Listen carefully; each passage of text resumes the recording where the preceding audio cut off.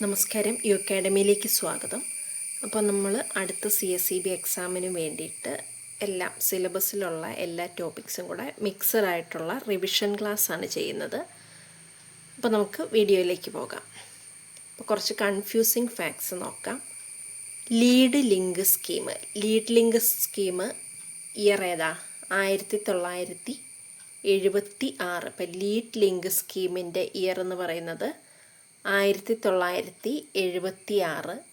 Lead bank സ്കീമാണേലോ 1969. അപ്പോൾ അത് തമ്മിൽ തെറ്റിപ്പോകാതെ നോക്കണം. ലീഡ് ലിങ്ക് സ്കീമിൻ്റെ ഇയർ എന്ന് പറയുന്നത് 1976. ലീഡ് ബാങ്ക് സ്കീമാണേലോ 1969. ഇപ്പോൾ lead link scheme 1976, lead bank സ്കീമാണേൽ 1969. വിത്തൗട്ട് ബൗണ്ടറീസ് ഫണ്ട് അത് ഏത് കൺട്രി ആയിട്ട് റിലേറ്റഡാ? സ്വീഡൻ. വിത്തൗട്ട് ബൗണ്ടറീസ് ഫണ്ട് എന്ന് പറയുന്നത് സ്വീഡനുമായിട്ട് റിലേറ്റഡ് ആണ്. കൺസോളിഡേഷൻ ഫണ്ട് എന്ന് പറയുന്നത് ജപ്പാനുമായിട്ട് റിലേറ്റഡ് ആണ്. അപ്പോൾ കൺസോളിഡേഷൻ ഫണ്ട് റിലേറ്റഡ് ടു ജപ്പാന്. ജൂയിഷ് നാഷണൽ ഫണ്ടാണേലോ ഇസ്രായേൽ. ഇപ്പോൾ Jewish national fund related to Israel. ഇപ്പോൾ വിത്തൗട്ട് ബൗണ്ടറീസ് ഫണ്ടാണ് സ്വീഡനുമായിട്ട് റിലേറ്റഡ് ആണ്. കൺസോളിഡേഷൻ ഫണ്ട് ജപ്പാന്. Jewish national ഫണ്ടാണേൽ Israel. Establishment of land mortgage bank recommended by Townsend committee. ഇപ്പോൾ ലാൻഡ് മോർട്ടിഗേജ് ബാങ്കിൻ്റെ എസ്റ്റാബ്ലിഷ്മെൻറ്റ് റെക്കമെൻഡ് ചെയ്തതാരാ? Townsend committee. Formation of central land mortgage bank recommended by Maclagan committee. അപ്പം land mortgage ബാങ്കിൻ്റെ establishment recommend ചെയ്തത് Townsend committee. Central land mortgage ബാങ്കിൻ്റെ formation recommend ചെയ്തതാരാ? Maclagan committee. അപ്പോൾ അത് തമ്മിൽ തെറ്റിപ്പോകരുത്.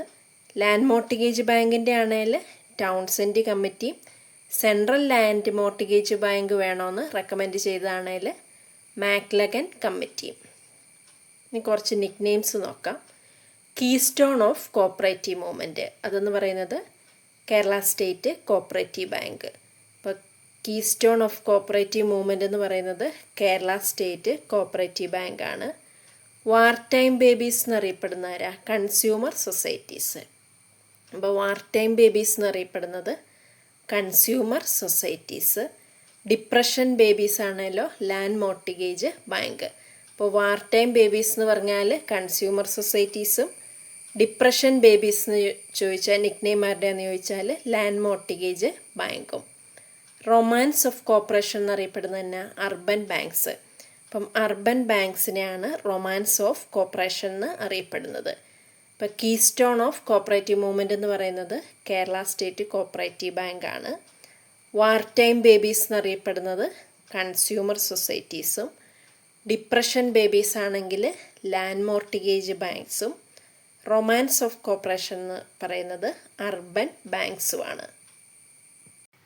ഇപ്പോൾ PCARDB ആയിട്ട് റിലേറ്റഡ് ആയിട്ടുള്ള കുറച്ച് ടേംസ് നോക്കാം.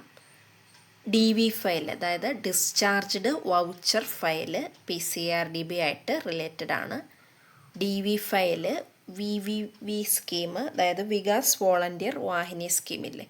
അപ്പോൾ VVV സ്കീം എന്ന് ചോദിച്ചാലും വികാസ് വോളണ്ടിയർ വാഹിനി സ്കീം എന്ന് ചോദിച്ചാലും PCARDB ആയിട്ട് റിലേറ്റഡ് ആണ്. പിന്നെ presumptive value, technical enquiry report, incremental income. അപ്പോൾ PCARDB ആയിട്ട് മെയിനായിട്ട് റിലേറ്റഡ് ആയിട്ടുള്ള കുറച്ച് ടേംസ് ആണ്. ഡിസ്ചാർജ്ഡ് വൗച്ചർ ഫയൽ അല്ലെങ്കിൽ DV file. VVV scheme Vikas volunteer Vahini സ്കീമാണ്.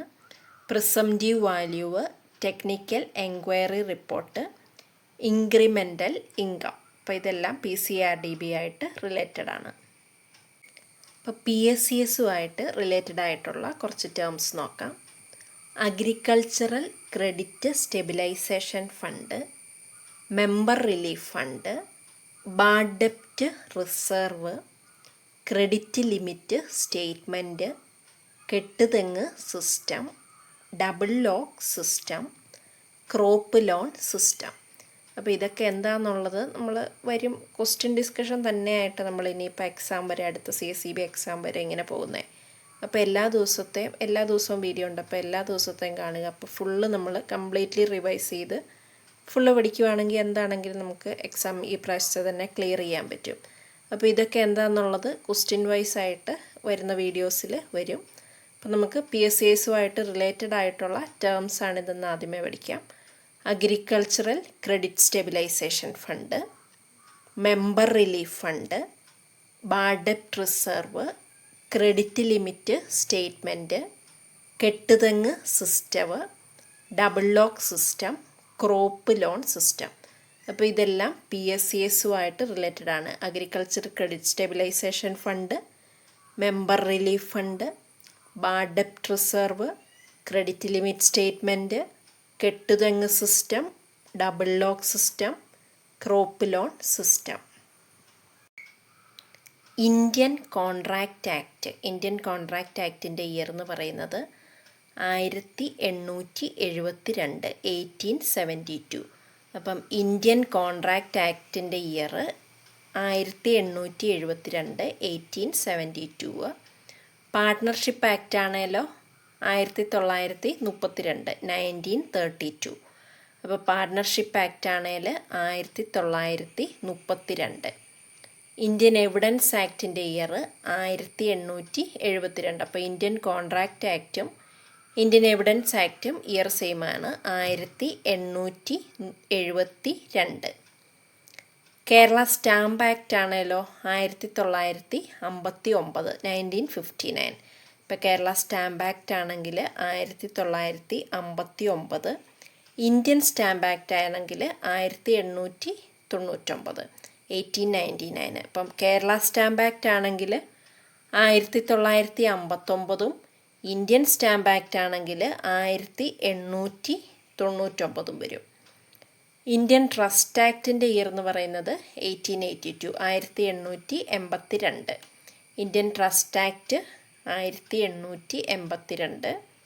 പേയ്മെൻറ്റ് ഓഫ് ബോണസ് ആക്റ്റ് ആണല്ലോ 1965. പേയ്മെൻറ്റ് ഓഫ് ബോണസ് ആക്റ്റ് ആണെങ്കിൽ 1965.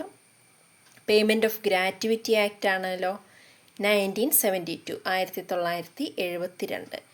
അപ്പോൾ ഇതെല്ലാം നമുക്ക് അറിയാവുന്നതായിരിക്കും. റിവിഷൻ എന്ന് പറയുമ്പോൾ എല്ലാം സിമ്പിളായിട്ടുള്ളതും എല്ലാം പോകണം. ഇപ്പോൾ സിമ്പിൾ മറന്നു പോയിട്ട് നമ്മൾ അല്ലാത്തത് പഠിച്ചു വെച്ചിട്ട് കാര്യമില്ല. അപ്പം പുതിയ പാറ്റേണിലുള്ള ഫസ്റ്റ് എക്സാമാണ്. അപ്പോൾ അതുകൊണ്ട് സിമ്പിളും കൂടെ ഒന്ന് കവർ ചെയ്ത് പോകണം. ഇത് ഓൾറെഡി ഇങ്ങനെ പല എക്സാംസിനായിട്ട് പഠിക്കുന്നതായിരിക്കും, എങ്കിലും അതൊന്ന് ഓർത്ത് വെച്ച് എഴുതാൻ പറ്റണം. അപ്പം ഇന്ത്യൻ കോൺട്രാക്റ്റ് ആക്റ്റ് എന്ന് പറയുന്നത് ഇയർ 1872. പാർട്ട്ണർഷിപ്പ് ആക്റ്റ് ആണേലോ 1932. Indian evidence act, Indian contract ആക്ടിൻ്റെ ഇയർ തന്നെയാണ് 1872. കേരള സ്റ്റാമ്പ് ആക്റ്റ് ആണേലോ 1959.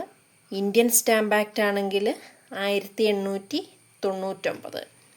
ഇന്ത്യൻ ട്രസ്റ്റ് ആക്റ്റ് ആണെങ്കിൽ 1882.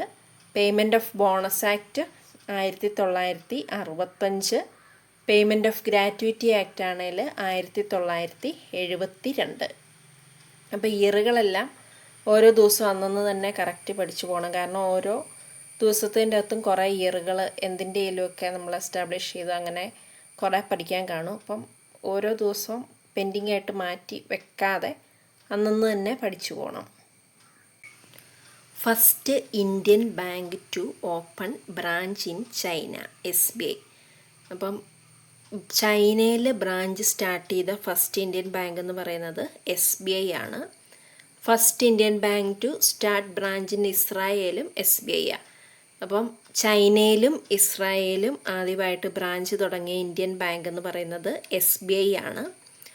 Hypothecation is also called open loan facility. അപ്പോൾ ഹൈപ്പോത്തിക്കേഷൻ്റെ മറ്റൊരു പേരാണ് open loan facility. ECS scheme introduce ചെയ്ത ആരാ? RBI. ECS എന്ന് പറഞ്ഞാൽ എന്നാ? Electronic clearing service. ഇപ്പോൾ ECS എന്ന് പറഞ്ഞാൽ ഇലക്ട്രോണിക് ക്ലിയറിംഗ് സർവീസാണ്. ഇൻട്രൊഡ്യൂസ് ചെയ്തത് RBI. Swift, SWIFT. അപ്പോൾ സ്വിഫ്റ്റിൻ്റെ ഫുൾ ഫോം എന്നാ? Society for world wide interbank financial telecommunication. Swift എന്ന് പറഞ്ഞാൽ society for world wide interbank financial telecommunication establish ചെയ്തത് 1973. Headquarters Brussels. അപ്പോൾ സ്വിഫ്റ്റ് എസ്റ്റാബ്ലിഷ് ചെയ്തത് 1973. Headquarters Brussels. Function of RBI. RBIയുടെ function എന്ന് പറയുന്നത് തന്നെ credit control. Function of commercial banks ആണല്ലോ ക്രെഡിറ്റ് ക്രിയേഷൻ. അപ്പോൾ ക്രെഡിറ്റ് ക്രിയേഷൻ എന്ന് പറയുന്നത് കൊമേഴ്ഷ്യൽ ബാങ്കിൻ്റെ ഫങ്ഷനും ക്രെഡിറ്റ് കൺട്രോൾ എന്ന് പറയുന്നത് RBIയുടെ ഫങ്ഷനുമാണ്. OTPയുടെ ഫുൾ ഫോം എന്നാ നമുക്ക് എപ്പോഴും യൂസ് ചെയ്യുന്നില്ല. OTP എന്ന് പറഞ്ഞാൽ one time password. OTP one time password. PLR എന്ന് പറഞ്ഞാൽ പ്രൈം ലെൻഡിങ് റേറ്റ്. ഇപ്പോൾ PLR prime lending rate. SMB statutory minimum price. SMB എന്ന് പറഞ്ഞാൽ സ്റ്റാറ്റ്യൂട്ടറി മിനിമം പ്രൈസ്. KYC എന്ന് പറഞ്ഞാൽ നോ യുവർ കസ്റ്റമർ. KYC എന്ന് പറഞ്ഞാൽ നോ യുവർ കസ്റ്റമർ. അപ്പം ഈ റിവിഷൻ ക്ലാസ് ഇടുന്നത് ഓരോ ദിവസവും ഒരു സബ്ജക്റ്റ് തന്നെയുള്ള വീഡിയോസ് ആണോ അതോ മിക്സഡ് ആയിട്ട് ഇടുന്നതാണോ യൂസ്ഫുൾ എന്നൊന്ന് കമൻറ്റ് ചെയ്യുവാണെങ്കിൽ അങ്ങനെ ഇടാം. പിന്നെ അക്കൗണ്ടൻസിയുടെയും ബാങ്കിങ്ങിൻ്റെയൊക്കെയാണ് നമുക്ക് ടോപ്പിക്ക് കൂടുതൽ പഠിക്കേണ്ടി വരുന്നുണ്ട്. അപ്പോൾ അതിൻ്റെ വീഡിയോസ് കൂടുതലായിട്ടും ആ സബ്ജക്ട്സ് അടുത്ത ദിവസം ഇൻക്ലൂഡ് ചെയ്യുക. അക്കൗണ്ടൻസി 20 മാർക്കിനും ബാങ്കിങ് 20 മാർക്കിനും ഒക്കെ സിലബസിൽ പറഞ്ഞിട്ടുണ്ട്. അപ്പോൾ അതിൻ്റെ റീസെൻ്റ് ആയിട്ടുള്ള ബാങ്കിങ് ട്രെൻഡ്സൊക്കെ ഇപ്പോൾ നമുക്ക് വരും ദിവസങ്ങളിൽ നോക്കാം. അപ്പോൾ സെപ്പറേറ്റ് ആണ്. ഒരു ദിവസം ഒരു സബ്ജക്റ്റ് തന്നെയാണ് വേണ്ടിയെങ്കിൽ അങ്ങനെ പറഞ്ഞാൽ മതി. അപ്പോൾ അങ്ങനെ ചെയ്യാം. അപ്പോൾ വീഡിയോസൊക്കെ റിപ്പീറ്റ് ചെയ്ത് കേട്ട് പഠിക്കുക. ഇഷ്ടമാണ് ഫ്രണ്ട്സിലേക്കൊക്കെ ഷെയർ ചെയ്യുക. Okay, thank you.